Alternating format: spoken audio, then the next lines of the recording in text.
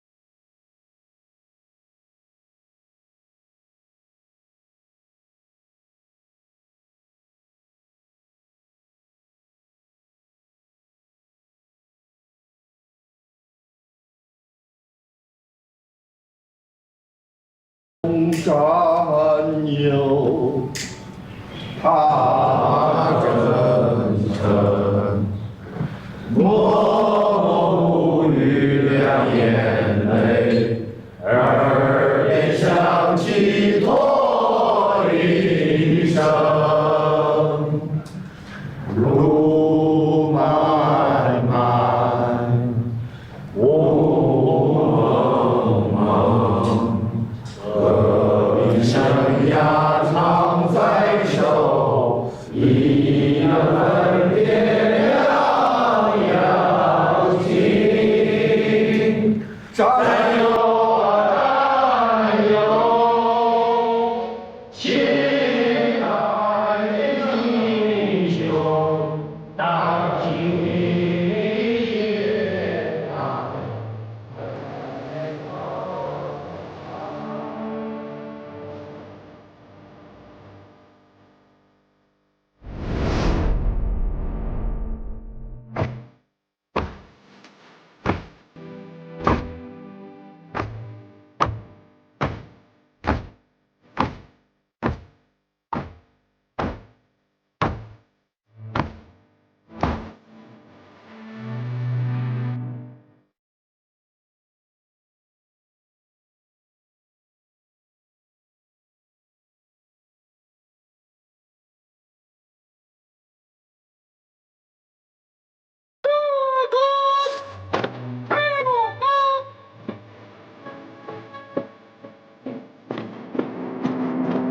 等你走，向后退。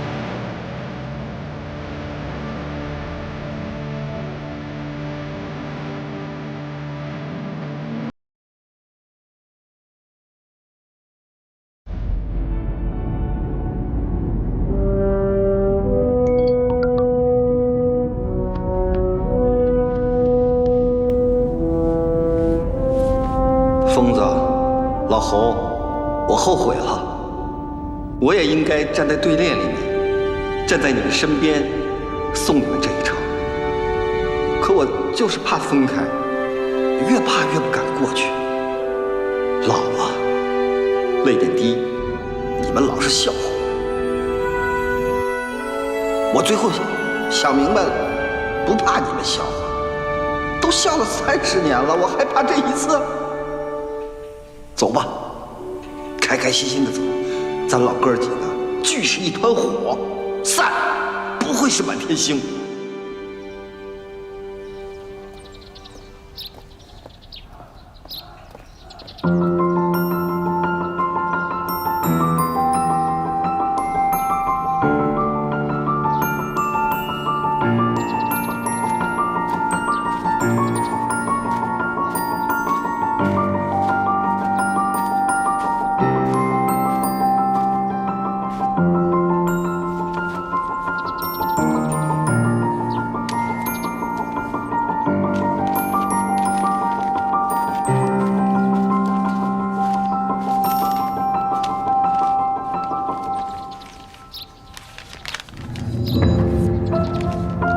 入党推荐信。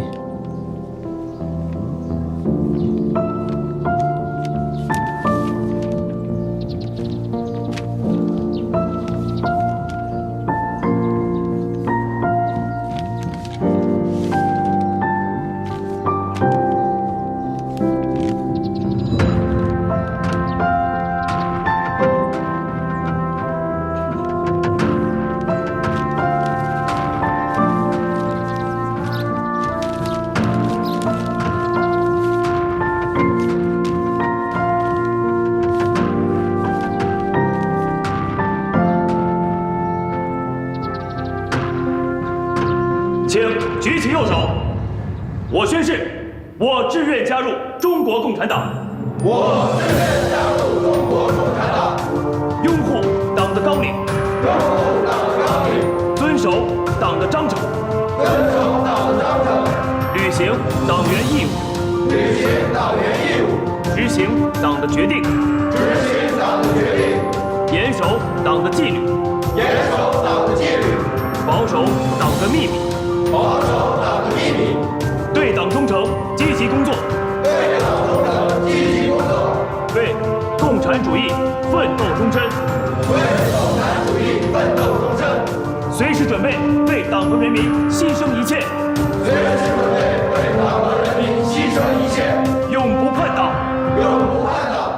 宣誓人夏阳坤。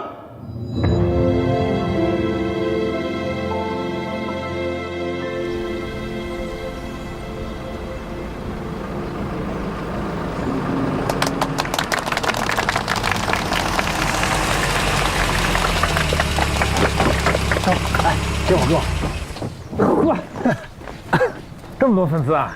都是你粉条子吗？你们是粉条子，那我就是大猪蹄子呗。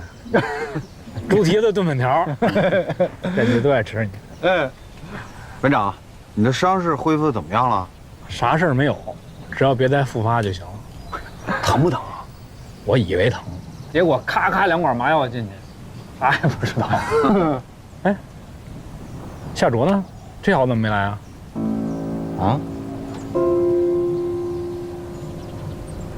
啊？班长，我在这儿呢。你在这儿，你给我早点打个招呼请个安。刚到。对，刚到。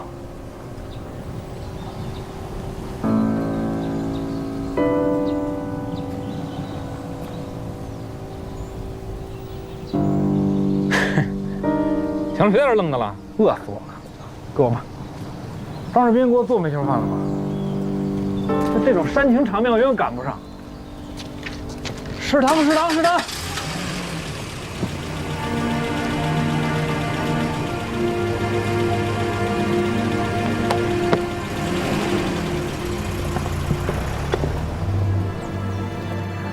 王班长的情况呢，大体就是这样，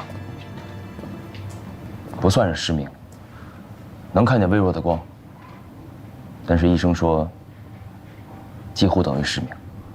王班长一直不相信，他一直说上次能治好，这次也能治好，还一直说专家在吓唬他。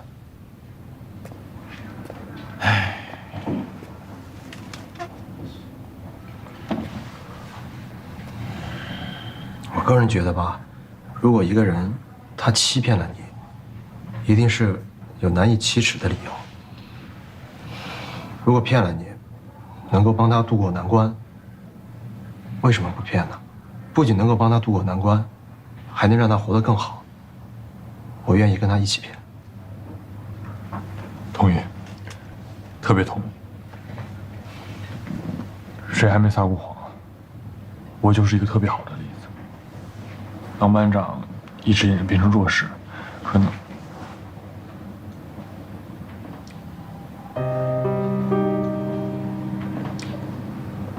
彻底告别家史了。到底有多难受，只有他自己知道。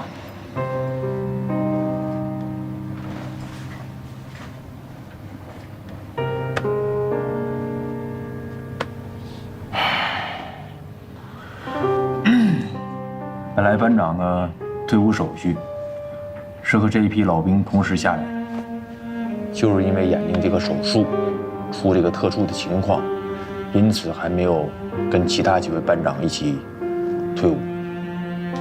今天把大家叫来哈，就是想开一个碰头会，咱们想一想，看看怎么样能给班长呢补办一个退伍仪式，哎。能够让他在没走的这段日子里，啊，把日子过得开开心心的，啊，痛痛快快的，都出个想法，咱们商量商量，好吧？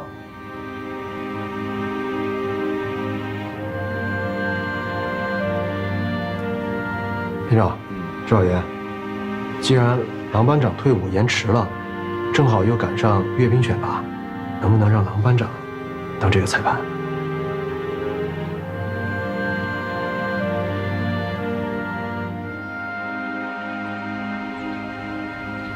我讲一下啊，今天是咱们国庆阅兵驾驶员号手的选拔赛，以排为单位，抽到号码的，参赛选手依次上岗。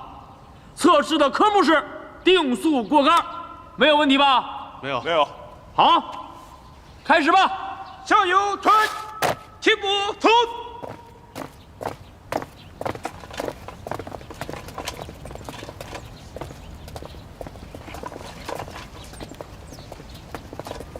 向右转，前步走。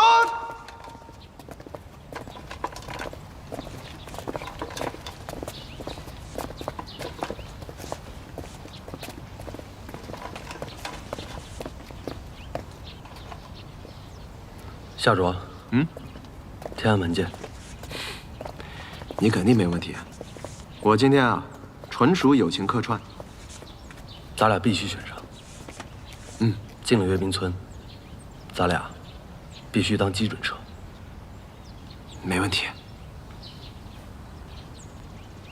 夏卓，我在想，我现在跟我师傅这么近，他能看见我吗？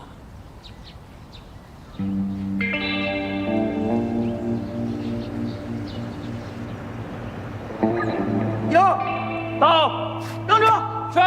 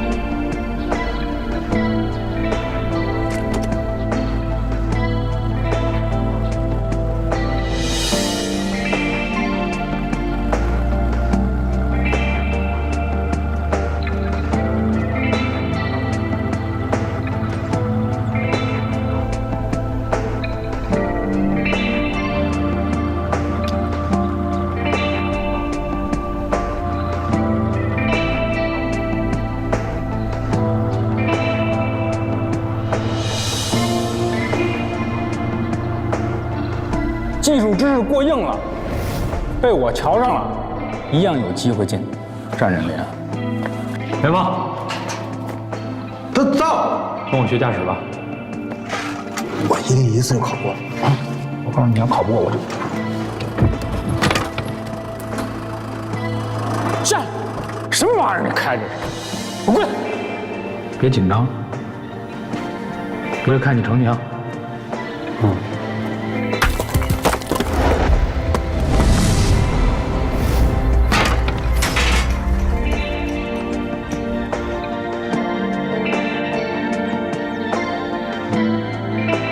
出杆！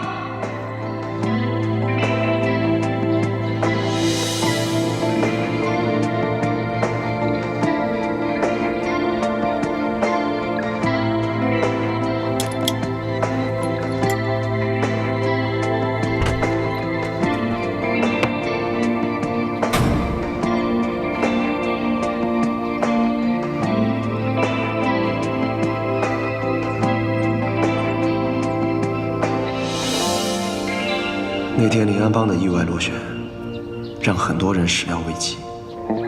我明白，老狼的眼睛让他的心根本静不下来，但他又太想驾驶着导弹车通过天安门广场了。所以，这个曾经把导弹车从9连环上开出来的人，居然折戟在最基础的选拔科目上。最后是我顺利地通过了阅兵考核。我的肩上不仅扛着全旅的荣光，更承载着临安帮和老狼未尽的期望。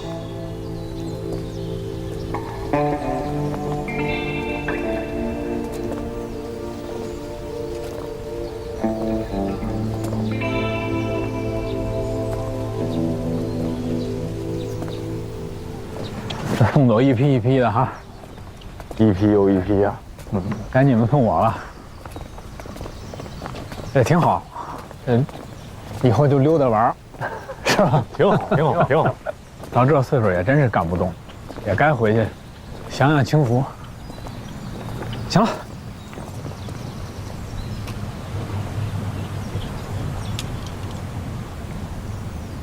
就到这儿吧。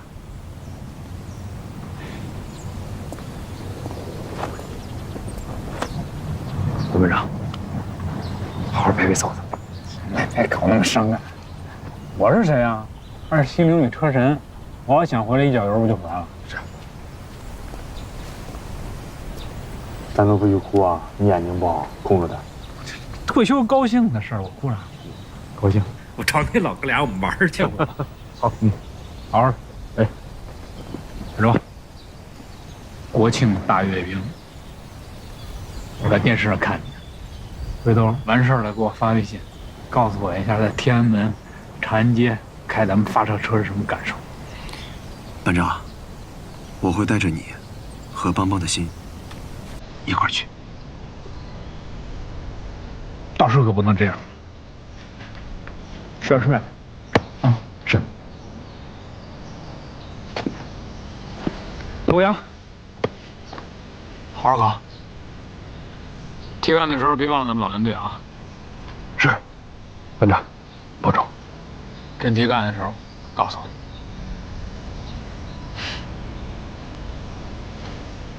你，音乐不能丢。还等着你出新专辑呢。对啊，到时候给我发链接啊。急咱再好好练练，啊。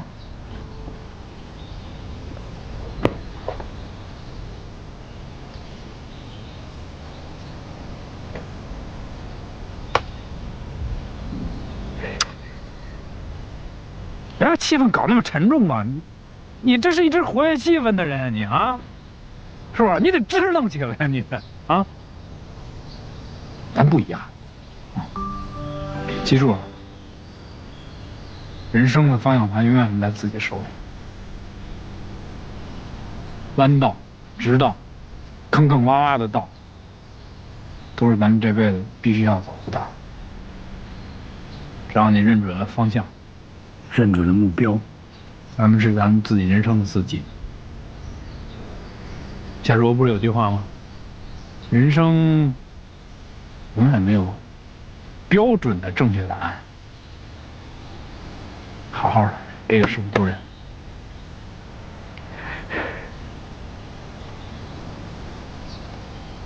给我吧。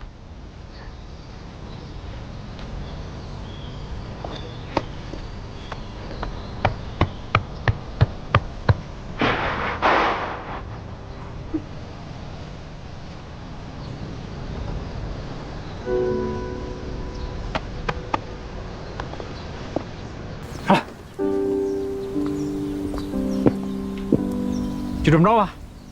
班长，大家的心意，这啥呀？我让自己看。搞什么神神秘秘？老公，老公。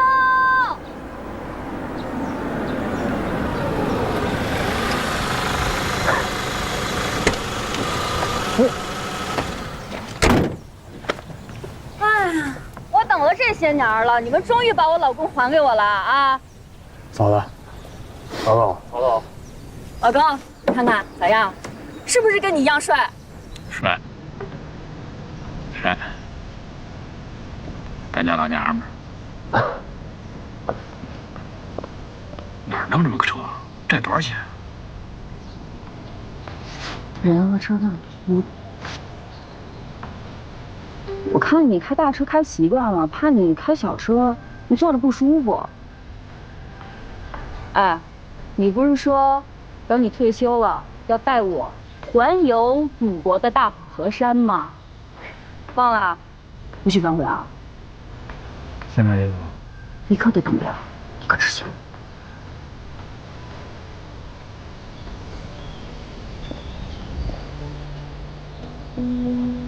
老公就位，老婆就位，下车，检查完毕。上车。老婆请。出发。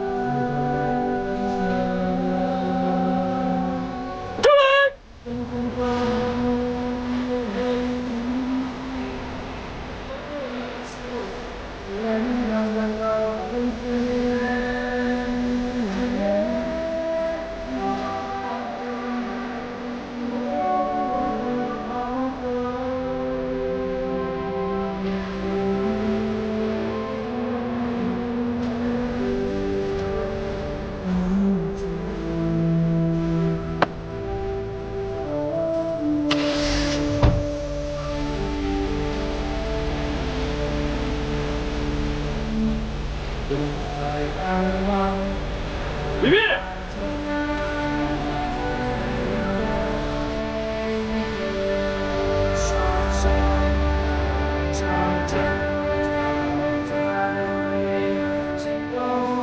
这是我见过的最潇洒的退伍仪式。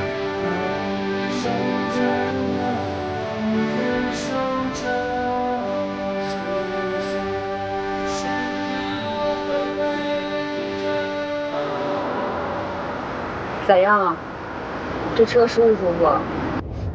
这堵城市里开车舒服。辛苦了是吧？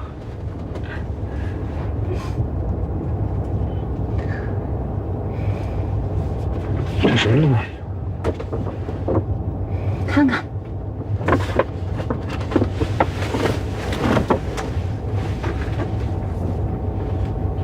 看看不就知道了？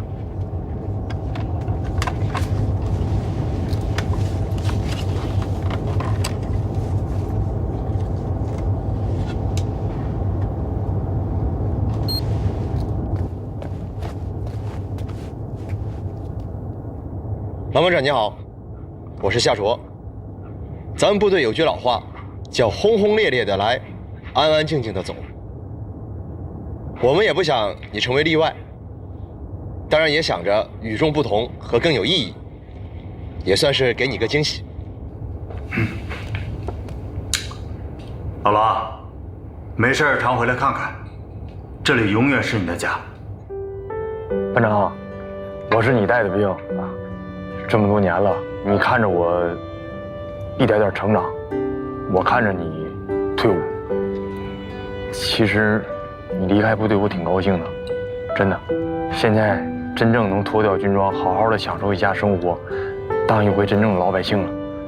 班长，我想说的话，老李都说了，那我就说一句：吃不够的当兵苦，忘不掉的战友情。王部长，夏卓啊，非让我录个视频，我也不知道说什么好，反正这几十年啊，该说的就都说了，我先走了，啊，一句话，退伍不褪色，咱们没见着也挺好，要不然哭哭啼啼也没什么意思，是吧？随时打电话，随时联系，随时聚，完了。那个，我和老陈，我们俩就先撤了，剩下王显民让他再多陪你几天吧啊。哎呀，那个日子过得够快的，咱们当兵的时候才18岁，现在30年都过去了。嘿，不说了，好兄弟一辈子。这是我4个新战友，我给他们起了名字。那最高的疯子，苗条那个猴子，最可爱那个叫民民，还有一只你应该知道叫什么，叫老狼。你当兵比我早1年，可你岁数比我们小。那时候因为你年龄小啊，大家都护着你。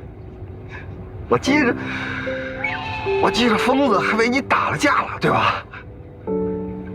日子过得太快了，没想到这么快就各奔天涯了。大山里待了30年，我知道你身上落下不少毛病，你回去找个医院好好看看，特别是你的眼睛。等我退休以后，我第一个我去看你，我到时候你可别看不见我。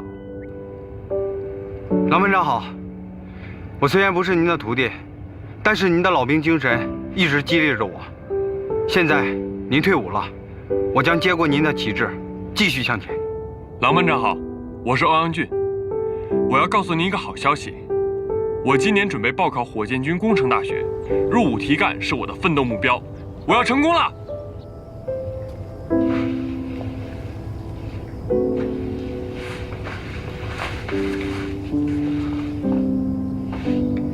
师傅，我帮忙。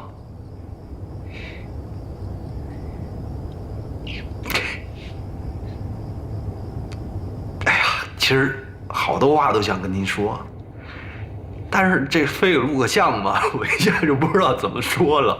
现在想想，那时候咱们战士连的时候哈，我都被给淘汰了。有时候您把我给带回来，带着我学驾驶。那时候想着吧，就是想跟着您学这驾驶，然后重新回到战士连。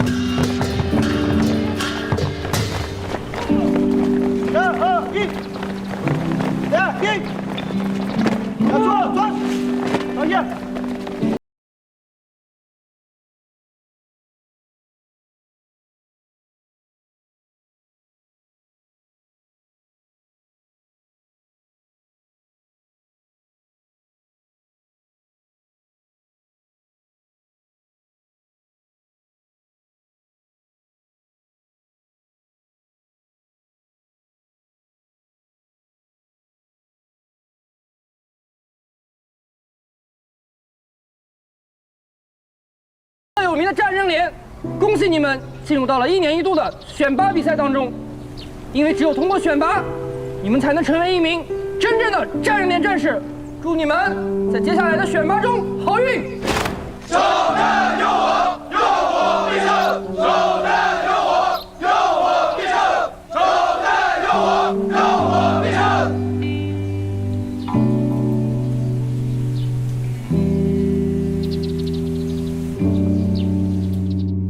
班长加油！班长加油！班长加油！班长加油！班长加油！班长加油！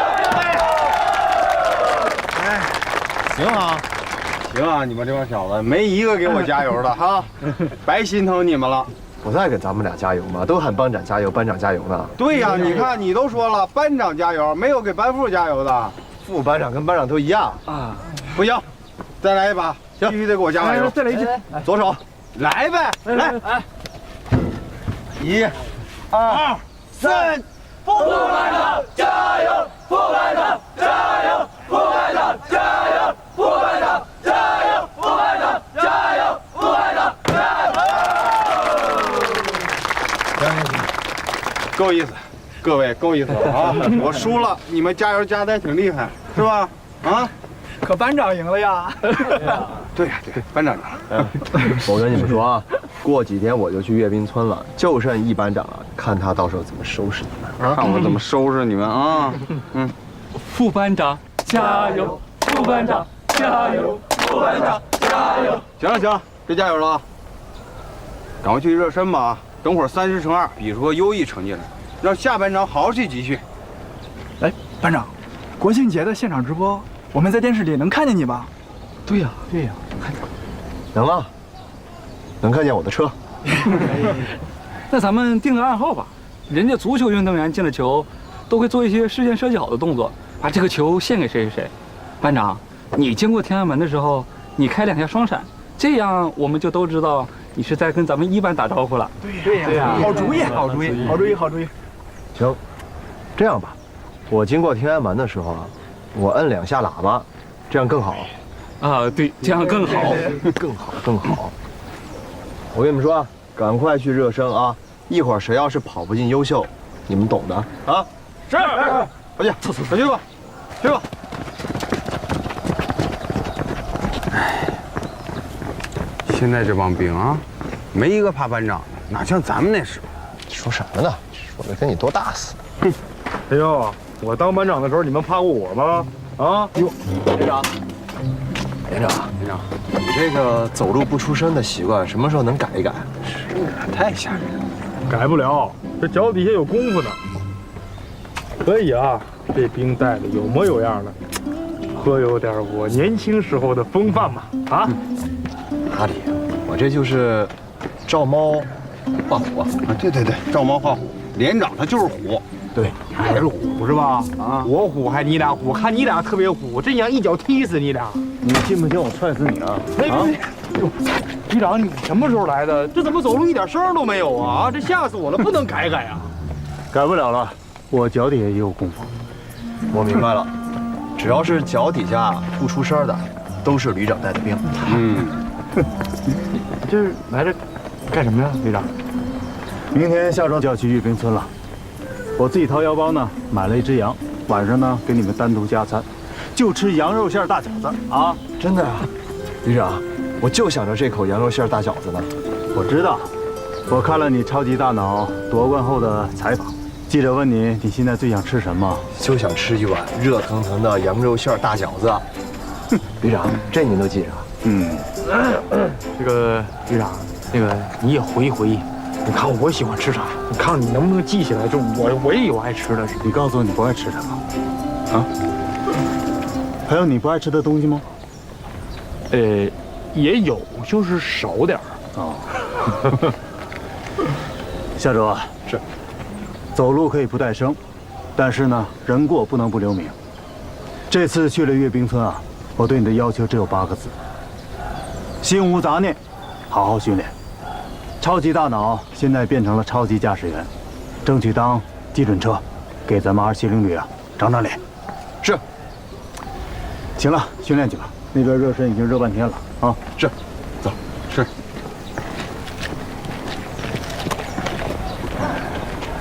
时间过得真快啊，下周都当班长了。那是啊，你看这兵带的啊，像模像样的。主要是连长强。嘿，主要是旅长强。哦。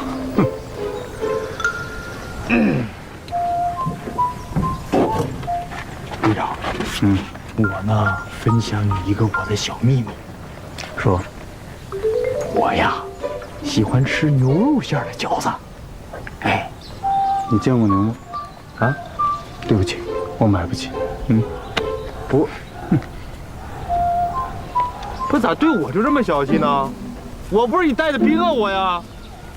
碾平了，碾平了，风太大了啊！控制一下，控制一下，把它站好，站好，整平整了，平整了。那会儿，哎，这边这个位置，这个位置，来这个位置，哎，对对对，啊，把它整平了，啊，小心啊，你们都小心点啊，慢慢的。挺好，挺好，挺好。哎呀，这就像样子了吧？啊，你看，先带我去。热烈欢送他，哎，很好，很好，对对，很好，很好，很好。什么情况？哎，太主，啊，哎呀，气派不啊？100发100中的横幅也没这么大过。夏卓同志啊，祝贺你啊！谁让挂的？连长吗？哎，你干嘛去啊？我去找大老驴。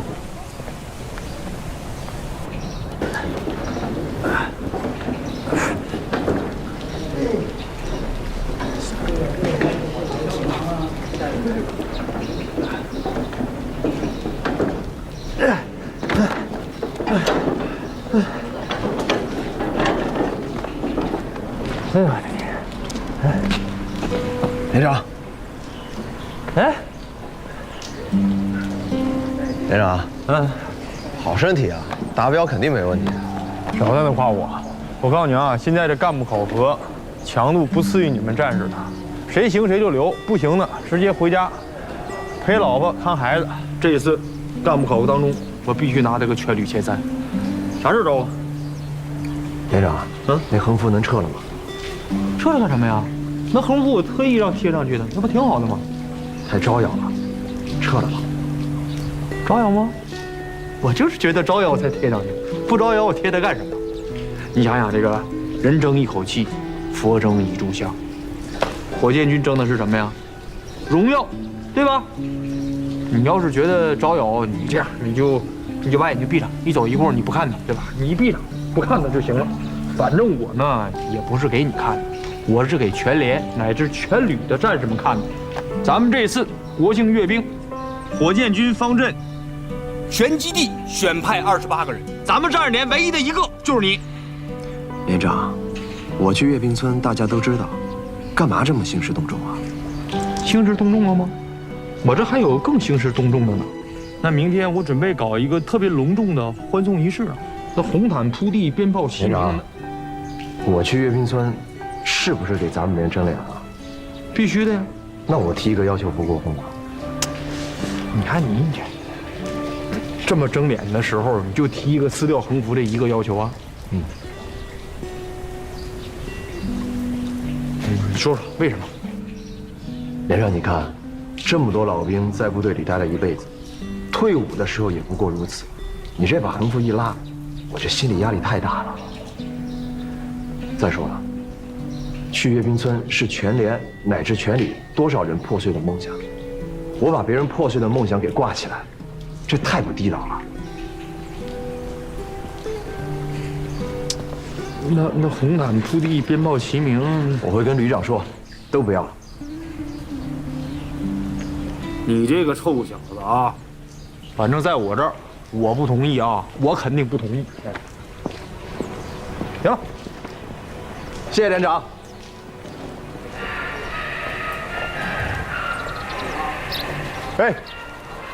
哎，夏卓，还是你牛啊啊！连长一个电话打给值班室，当时就把横幅给撤下来了。哎，你让大伙儿给你高兴高兴呗。先撤了吧，等我从阅兵村回来再挂啊。行，等你回来我再给你挂上。夏卓，你是你们张2连唯一去阅兵村的独苗，好好干，早日凯旋，为你接风。谢谢旅长。旅长，我能问您件事情吗？您别介意啊。你说，那枚树井的导弹，我真的有机会可以发射吗？怎么？你是怕你那边去了大阅兵，这边弹就飞了？啊？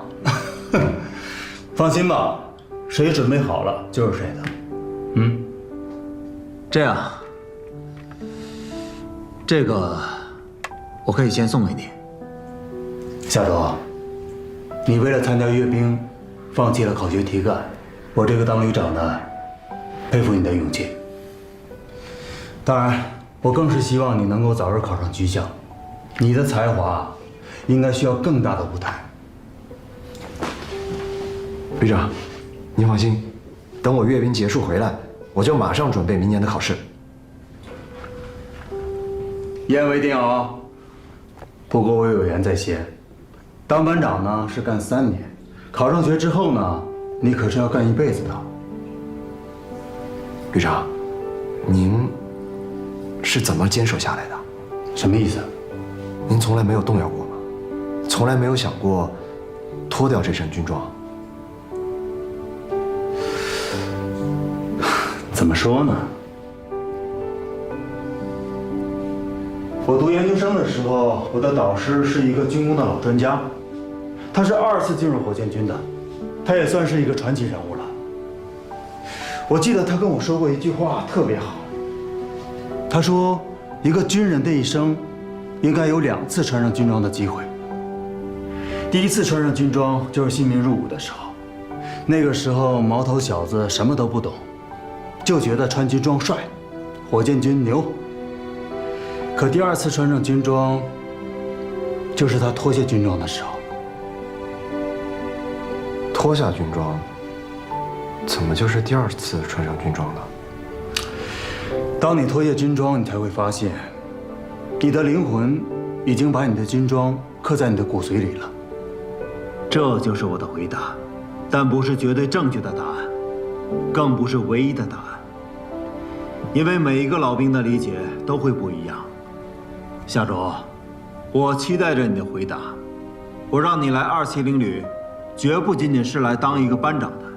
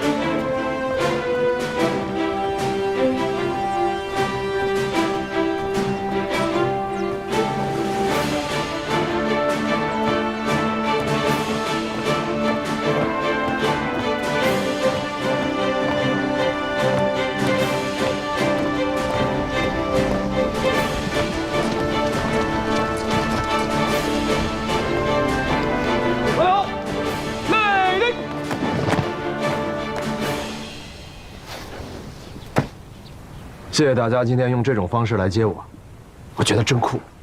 这是你应得的，你是咱们火箭军的骄傲，270旅的骄傲，更是咱们战刃连的骄傲。想了很久，想呢怎么能把你接回来呢？最后啊，就定一个这个啊，安安静静的把你接回来，不敲锣，不打鼓，不放炮。一个呢是我们大家伙啊看着英雄回来，还一个呢也让大家伙感染一下祖国母亲生日的荣光。这就叫做轰轰烈烈的走，安安静静的回。夏主啊，你这载誉而归，大家都等着你做汇报呢。听一听阅兵村的故事，讲一讲天安门的那些瞬间。这真要讲起来啊，没个一天一夜也讲不完。兄弟们都想听一听了，对不对？对。哎，到时候哈，每一个细节都给我们好好的讲一讲啊。是。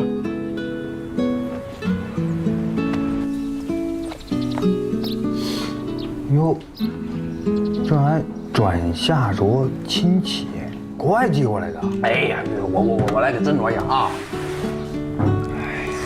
哎，你看啊 ，from French， 啊 ，Bonjour， 啊，梁洛怎么跑法国去了？来，打开，来。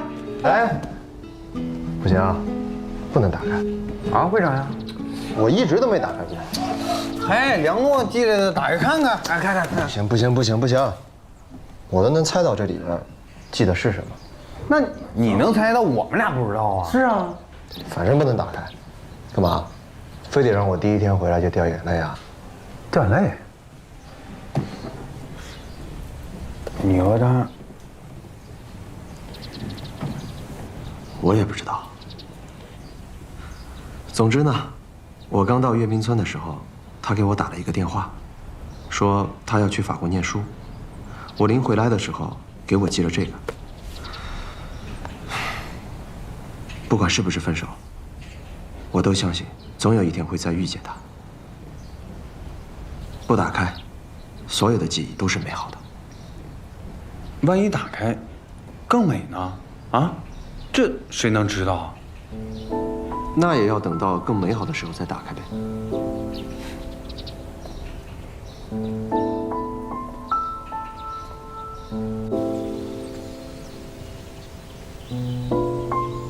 你为什么现在才告诉我？阅兵是大事，我怕影响你。现在说就不影响我了吗？再不说就没机会了。签证已经下来了，我后天走。梁诺，是因为说好的2年，我又续签了士官是吗？我们之间何止1个2年，我们不都坚持下来了吗？那现在你要放弃了？夏卓，因为你做这个决定真的好难，不要再让我反悔了。有缘会见。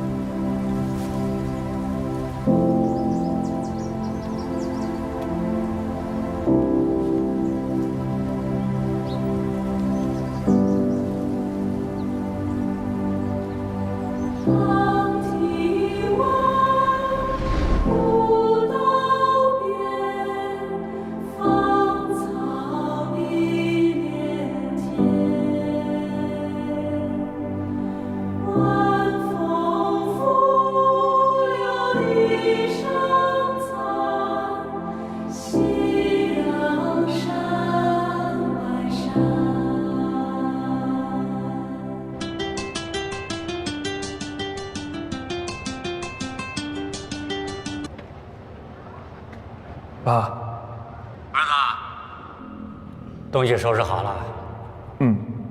明天就走。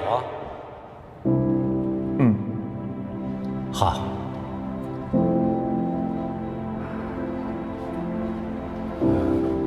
这会儿在干嘛呢？外面坐着呢，没干嘛。孩子，想事儿，想明白了就好，想不明白就不想啊。人生在世，爸，我想挺清楚的。好，好，我就知道你能想清楚。你比你爸强啊！谢谢你。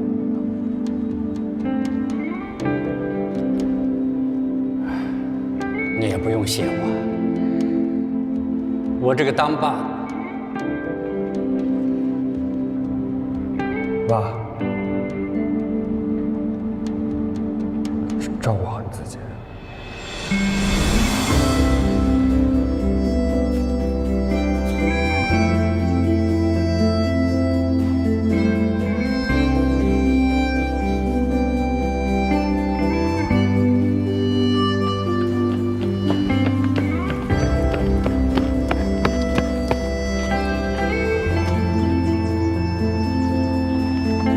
你好，请出示证件。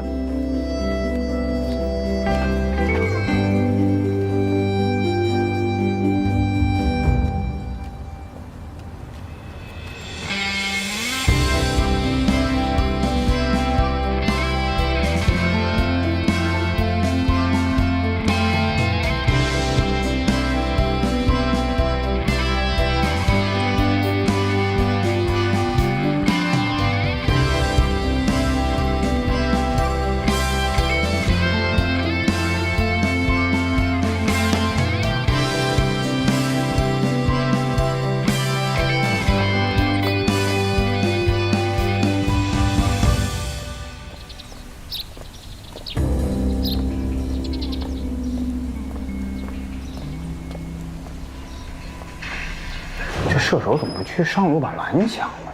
真是。哎，快快快！哎，嘿，这就对了嘛。这么半天才杀了一个人，你也太菜了。哎呀，我这好久。哟，哎呀！哎，完了！哎呦喂！哎，你怎么回来了？开除了？会不会说话？你小子，这军校这几个月确实不一样了。那看看这气质，我是不是得给未来排长敬个礼啊？来吧。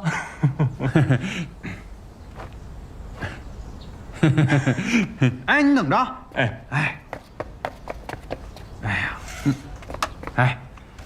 那我私藏的气泡水。哎呀，真的怀念这个。哪还是这会儿？我上大学时候天天喝。联邦呢？联邦？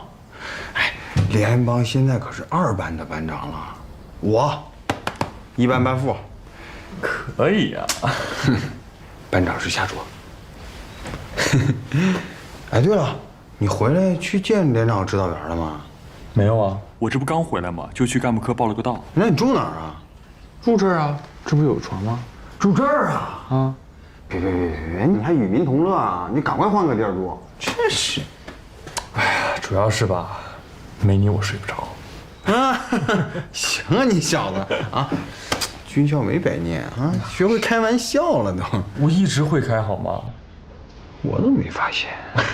哎，说真的啊，到底想没想我们几个？想了。我想顺利的从军校毕业，然后名正言顺的当排长，然后折磨我们几个。好的。我看你，你就不能学点好？哎。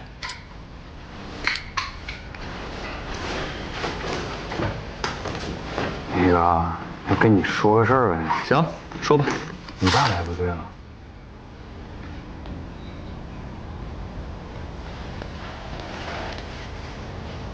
他说，儿子都退伍了，怎么都不回家呢？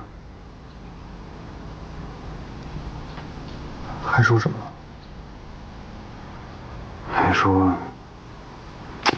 哎，我问你啊，你考上军校这事儿，你是不是没告诉你爸？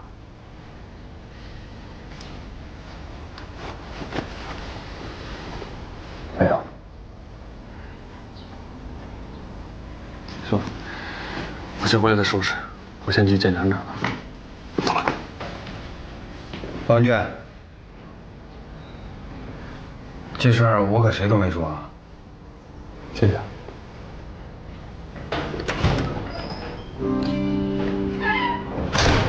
我不管你们在家里怎么样，但是尊敬老兵，从我做起。听明白了吗？明白了。听不见？听见了。你俩说什么呢？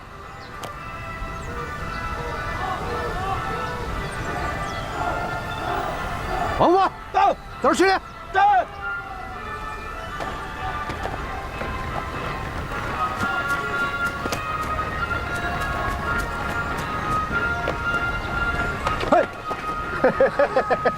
吓死我了！呀，回来了啊？怎么样？挺好的，挺好的。哎，可以啊，什么时候的事？哎呀，我们这个干好基层的工作就好了。哎，觉悟方面呢，您还得多提携提携。有病！好了，你找我。哎，我这刚想问你的，你知道爸来了吗？啊，知道他说啥吗？说你都退伍了，你也不回去一趟。你说你考军校这么大一事儿，你好歹跟你爸说一声吧。再怎么说，他还是你爸呀。啊，这事儿吧，我们也不好多说。你怎么知道的？那天正好李子梦站岗嘛，完了他就给我。哦。谢谢你。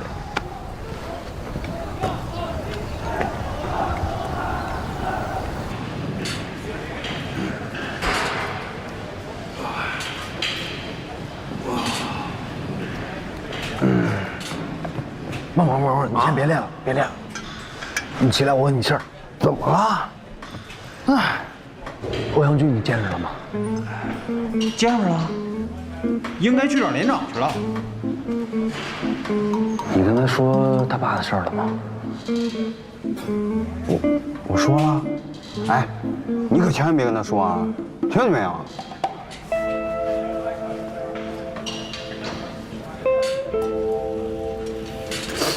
哎，你这什么表情啊？啊？你跟他说了？说了吗？哎，不是，你也没跟我说，不让我跟他说。他今儿回来，我一看见他，我激动，我高兴，我就上去，就跟他说了。我这不也关心他吗？你这样，妈，你回头啊，你单独跟他聊聊。那毕竟是他爸，这事儿吧，说多了也不好说，是不是？行。哎呀，叫你别多嘴，你看你。哎，给你来个白桃味的气泡水啊，喝完你心情就好了。哟，这气这么足啊！夏卓什么时候从待机库回来？找他聊聊这事儿。明天啊，太好了。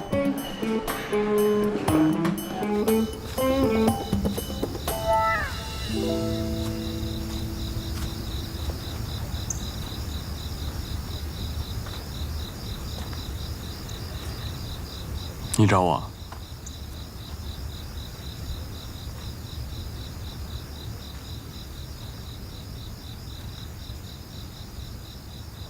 我想，哎呀，我先说吧。你先说吧。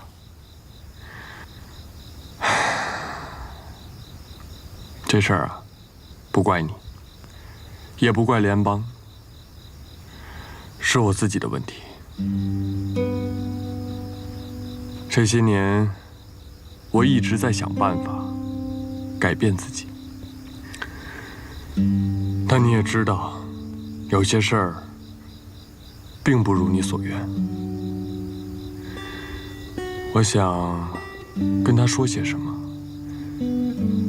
但我不知道该怎么说。更不知道说什么。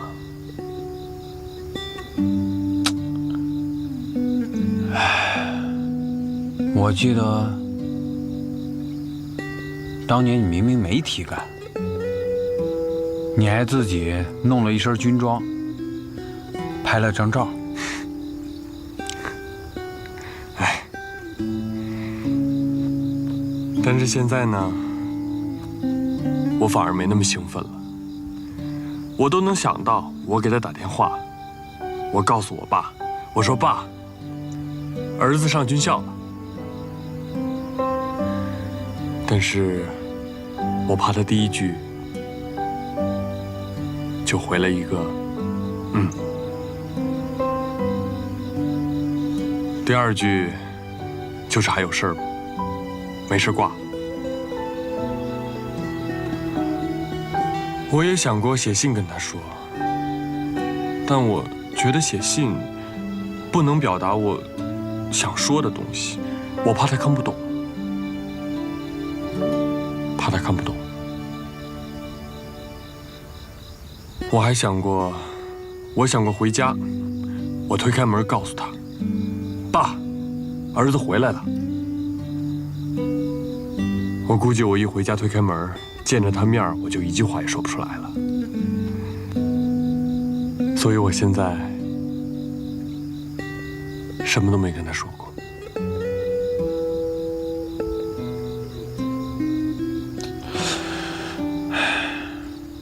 王永俊，哎，其实我呢，特别理解你，真的。我们大学到部队这么多年，我能不理解你吗？只是我们平时很少沟通而已。我就是真没想到你爸能来部队，相信我一次，也听我一次，和解吧。跟谁啊？跟我爸？跟自己。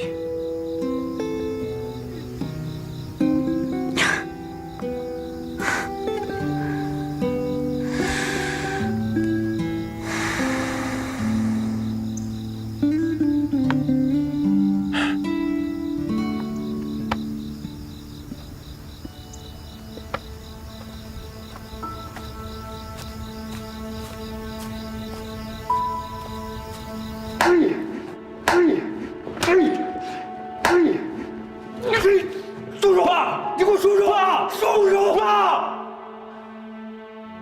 我23了，你不能再像以前一样说想打我就打我了。你可以被你爸打到大，但我不行。给我，这玩意儿它不能传代呀，爸！反了，你反了你！给我捡起来，捡起来！爸，从小到大，你每一次打我都下死手。小的时候，人家都说我是神童，曾想说我特别厉害，但你知道吗？我每一次考试特别害怕回家，考不进前5回家，你又会拿皮带抽我。从上学开始，我就没睡过一个好觉，从头都是学，还是学。爸，我考个第6就不行了。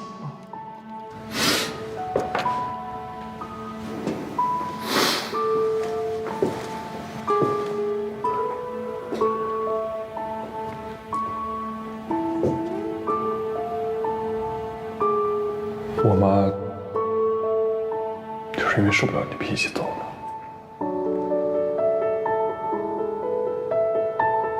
我挺想她的。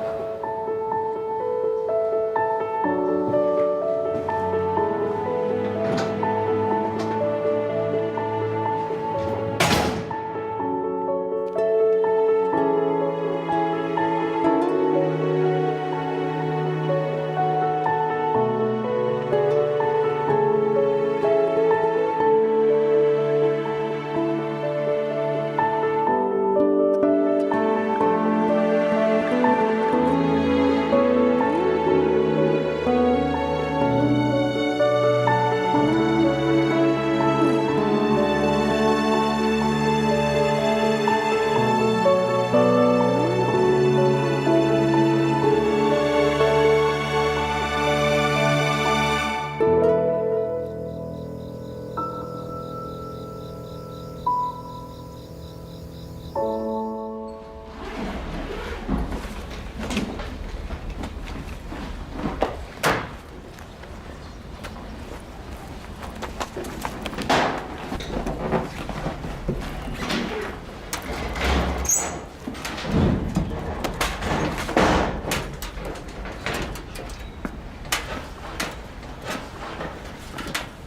长好，几个月没见，跟我这么客气，能参加国庆阅兵，恭喜你。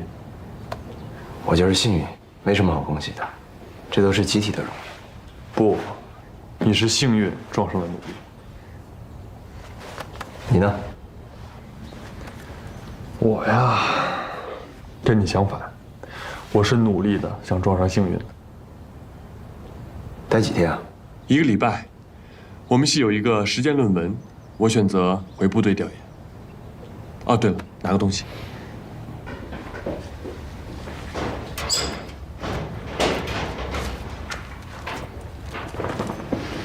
找是你让。谢老魏啊，考军校的事情，我还要再考虑考虑。为什么？有机会再说，回头见。哎，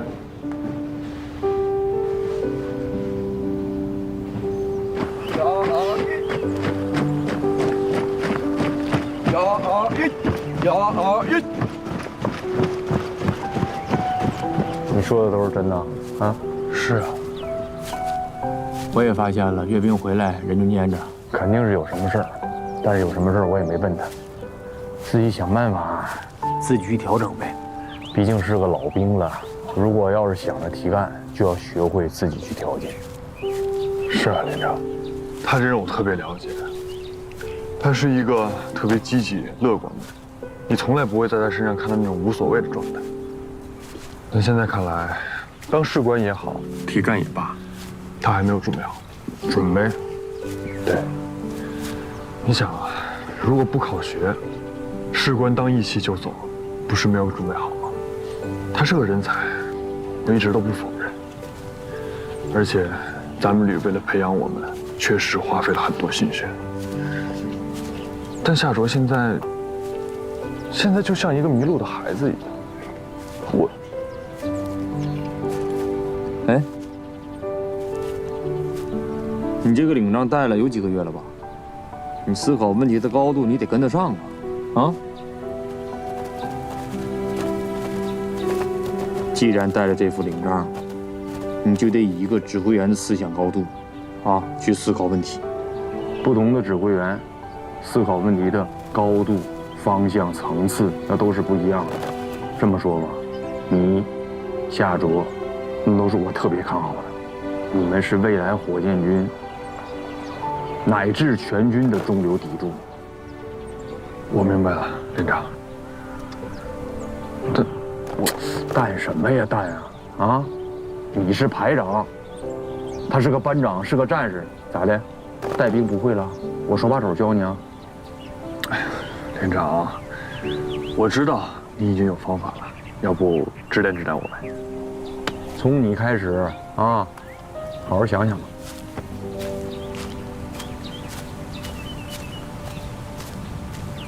同志们，咱们今天啊，搞这样一个活动，是因为咱们连的欧阳俊同志刚刚完成火箭军工程大学第1学期的课程。昨天呢，我们2个人聊了一聊，我发现啊，这1个学期，欧阳俊同志掌握了很多新的知识，学习到了很多丰富的内容。因此呢，今天咱们呀搞一个这样的讲座，让他把这1学期学到的东西跟大家好好的分享一下，好不好？来，咱们掌声欢迎一下欧阳俊同志，呱唧呱唧，好，来，呱唧呱唧。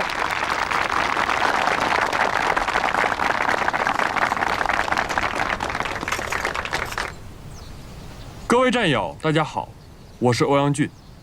昨天，连长交代我今天跟大家分享这几个月来的学习心得。我准备了1个晚上，想跟大家聊一聊。过去常常听到，到了学校后，常常在心底念起的那一句口令：好守就位。当我进部队第一次听到这4个字的时候，真的是热血沸腾。这4个字，我相信大家经常能听到，而且听得耳朵都快起茧子了。但是又有多少人真的能理解这4个字的含义？这几个月里，我始终琢磨这句话：号手是什么？我记得基地方副司令曾经跟我们讲过，号手不仅仅是一个称呼，一个岗位，更是一种使命，一种荣耀。我们与导弹打上交道，事实上就成为了共和国的执剑者。我们手里掌握的是这个国家的王牌和底牌。就位呢，也不仅仅是一个行动的指令，我觉得更是一种状态，一种隐而待发、随时能战的状态。那么我想问大家，如果战争来临，我们能就位吗？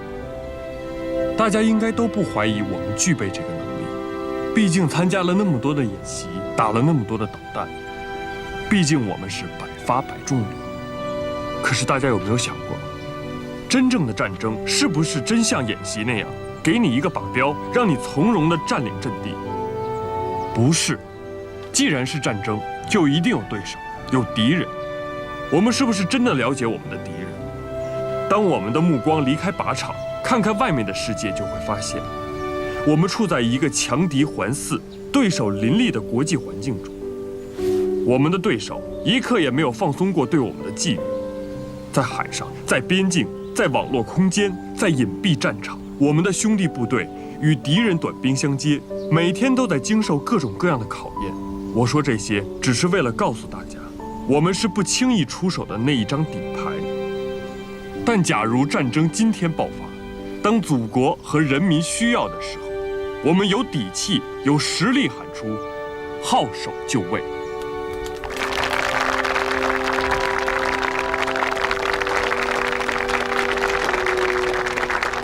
那天的欧阳俊让我突然觉得很陌生，但更多的还是钦佩和欣慰。短短的1个学期，我感受到了他身上从未有过的自信、豁达和包容。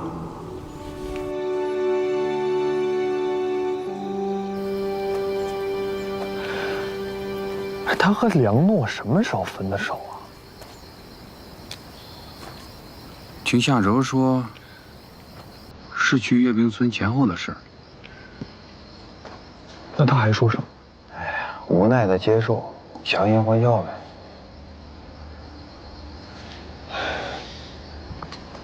我想明白了，咱都别操心了，夏卓的事儿，就让夏卓自己解决。你想想，夏卓是谁？超级大脑，对吧？他要是都想不通的事儿，那一定就是想不通了。很棒，我就是想帮帮他。你说我刚一回来见到他，整个人奇奇怪怪。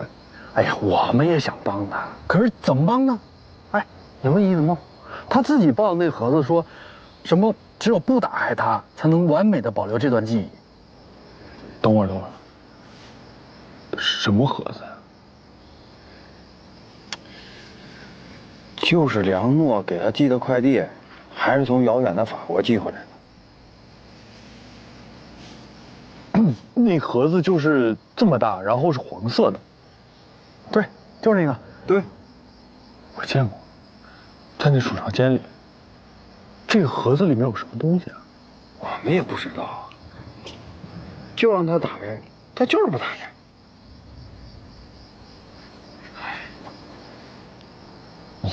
这怎么办呀？哎，欧阳俊，我还没发现啊，你开始关心夏卓了啊？你这转变挺大呀。我怎么转变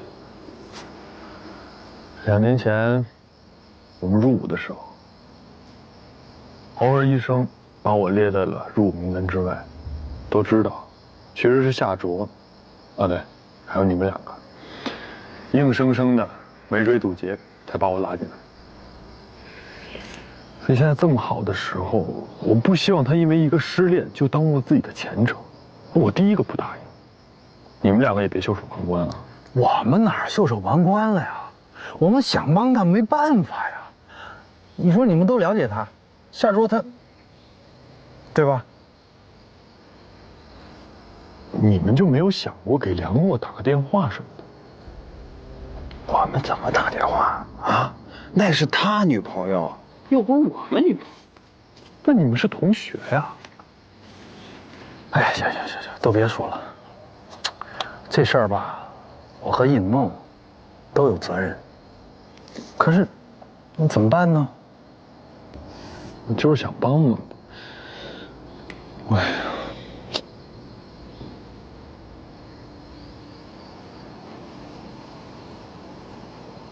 你们就真不好奇这个盒子里是什么吗？好奇啊。不是，我的意思是，很有可能这个盒子就是解决问题的关键。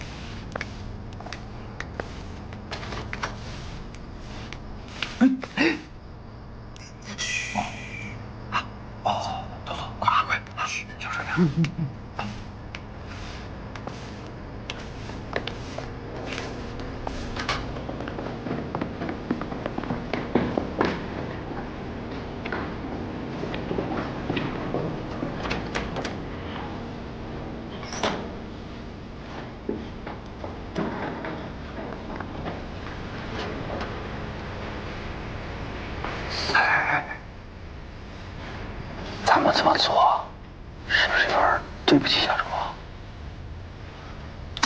我跟你说啊，第一，有我们直属领导欧阳排长为我们撑腰呢，默认了啊。第二，我们这么做，也是因为对夏卓好啊。看吧，开始。不让你头摇什么？我们怎么能干小偷小摸的事儿？